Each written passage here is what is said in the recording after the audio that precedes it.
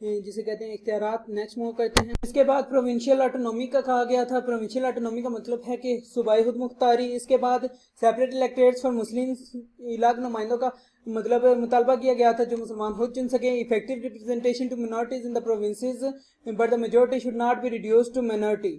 مطلب یہ تھا کہ افیکٹو ایک ریپرزنٹیشن کی جائے مائنورٹیز جو اقلیتیں ان کی پروونسز میں صوبوں میں, لیکن میجورٹی جو ہے اس کو ریڈیوس نہ کیا جائے مائنورٹی سے.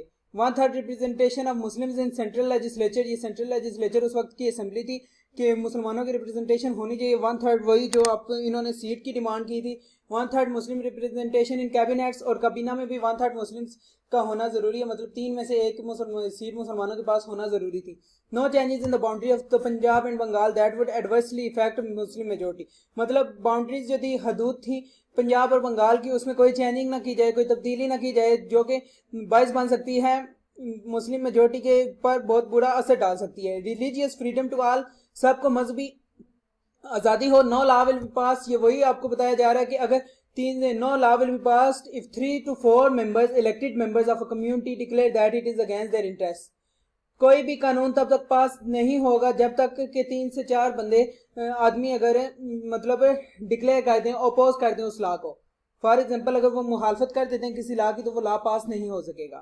Sindh to be made a separate province, Sindh کو ایک علاقہ صوبہ بنایا جائے. Constitutional reforms in north western foreign Punjab, Baluchistan میں کنسٹیٹیوشنل مطلب آئینی حیثیت دی جائے, سیاسی ریفارمز ہوں. Muslim representation in government job, مسلمانوں کو گورنمنٹ جاب دی جائیں. Constitutional safeguards of Islamic culture and civilization, Islamic culture اور civilization, education, language, personal laws اور مسلم انسٹیٹیوشنز کا ایک قانون ہونا چاہیے, آئین ہونا چاہیے. Government should provide financial assistance, اور گورنمنٹ مسلمانوں کو اسپیشلی فائنینشلی مطلب مالی طور پر اسسٹ کرے, مدد کرے. No constitutional amendment unless all constitution unit of the federation agree to it.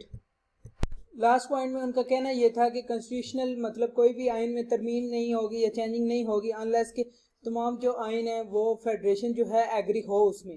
مطلب جب تک کہ فیڈریشن جو ہے آئین کی وہ ایگری نہیں ہوگی تب تک کوئی بھی امینڈمنٹس نہیں ہوگی. These points reflected the aspiration of every Muslim living in India. یہ پوائنٹس وہ تھے جو اس وقت کی ہر مسلم کی مطلب خواہش تھی. نیکسٹ آ جاتا ہے جی سیمن کمیشن.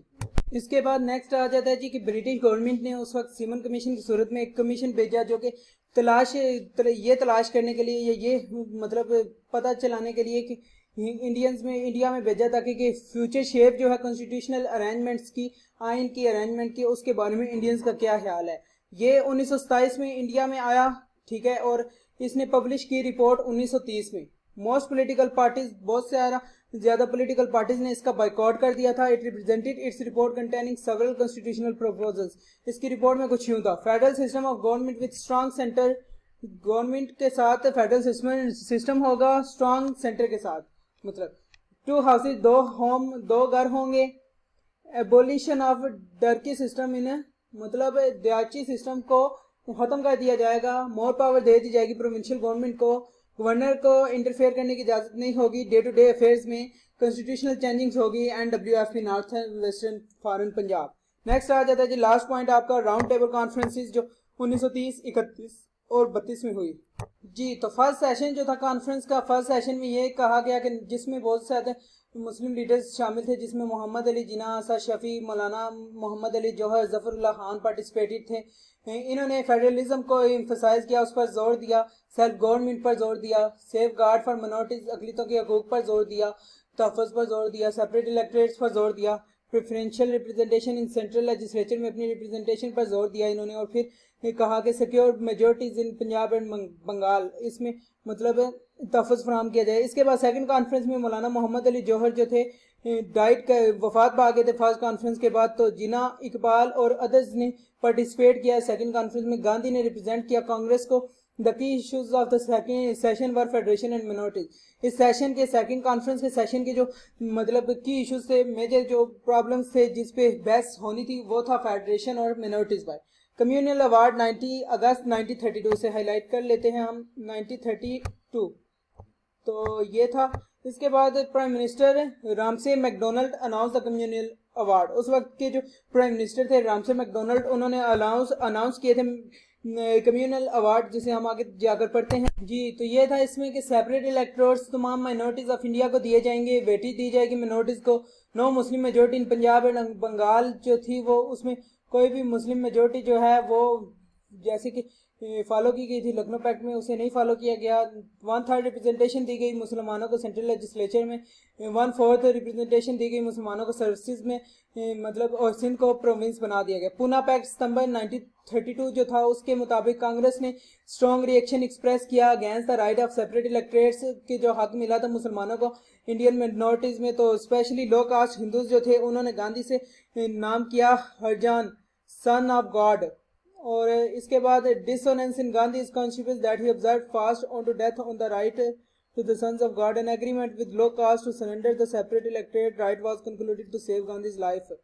ایک ایگریمنٹ کیا گیا گاندھی کے ساتھ کہ آپ کی زندگی اسی وقت بچ سکتی ہے جب آپ اس ایگریمنٹ کے خلاف مطلب آواز اٹھائیں. اس کے بعد نیکسٹ آ جاتا ہے تھرڈ راؤنڈ ٹیبل کانفرنس 1932 نومبر 17 اور دسمبر 24 سے لے کر نومبر 17 سے لے کر دسمبر 24 تک جو ہوئی تھی 1932 میں تھرڈ راؤنڈ ٹیبل کانفرنس, اسے بیان کر رہے ہیں. اس میں کچھ یوں بیان کرتے ہیں کہ جو مین ایشوز تھے وہ ڈسکس کیے جا چکے تھے پہلی 2 کانفرنسز میں, اور اس وقت جو تھا وہ ریسٹ آف دیم تھا جو ڈسکس کرنا تھا. انہوں نے وہی ڈسکس کرنا تھا اس کانفرنس میں جو کچھ رہ گیا تھا.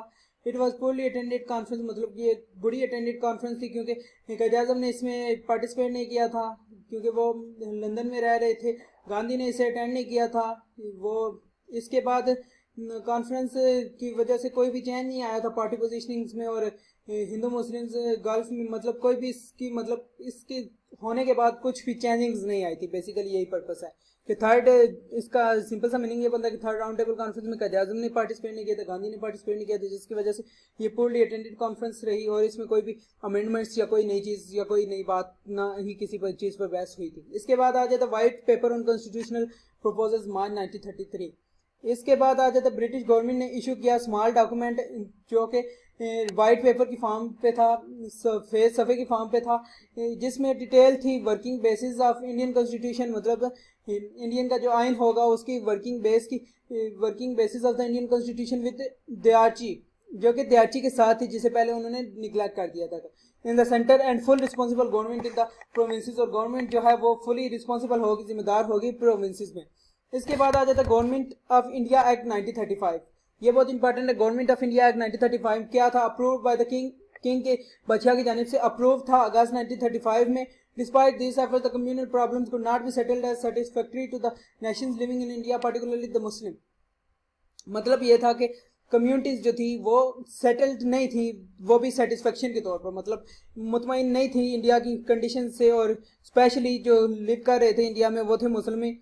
therefore the key issues remained unchanged. اور جو کی ایشو تھے بہت زیادہ اہم معاملات تھے وہ انچینج ہی رہے, جس میں آ جاتا ہے ہندو مسلم ریلیشنز, مسلمانوں اور ہندوؤں کے تعلقات, failure to arrive at settlement, اور مطلب سیٹلمنٹ نہیں ہو سکی ان دونوں کے بیچ میں آپس میں, کہ یہ آپس میں ان دونوں کا کسی بھی بات پر اتفاق نہیں ہو سکا. اس کے بعد آ جاتے ہیں مسلم ڈیمانڈ جو تھی transmuted from safeguarding records rights to complete independence Pakistan. اس کے آخر میں جو پوائنٹ بتایا جا رہا ہے اس میں سب سے بڑی چیز جو سامنے آئی وہ یہ تھی کہ مطلب مسلمانوں کی ڈیمانڈ جو تھی وہ ایک سیف گارڈنگ رائٹس, اپنے رائٹس کی حفاظت کرنے, اپنے حقوقوں کی حفاظت کرنے, جس میں پولیٹیکل ہو گئے, سوشل ہو گئے, اکنامیکل ہو گئے, یا پھر جو بھی ہے مذہبی ہو گئے, ان سے ہٹ کر مسلمانوں کی ایک مطلب کمپلیٹ توجہ ہو چکی تھی منتقل کہ اب انہیں کمپلیٹ انڈیپینڈنس پاکستان ہی چاہیے.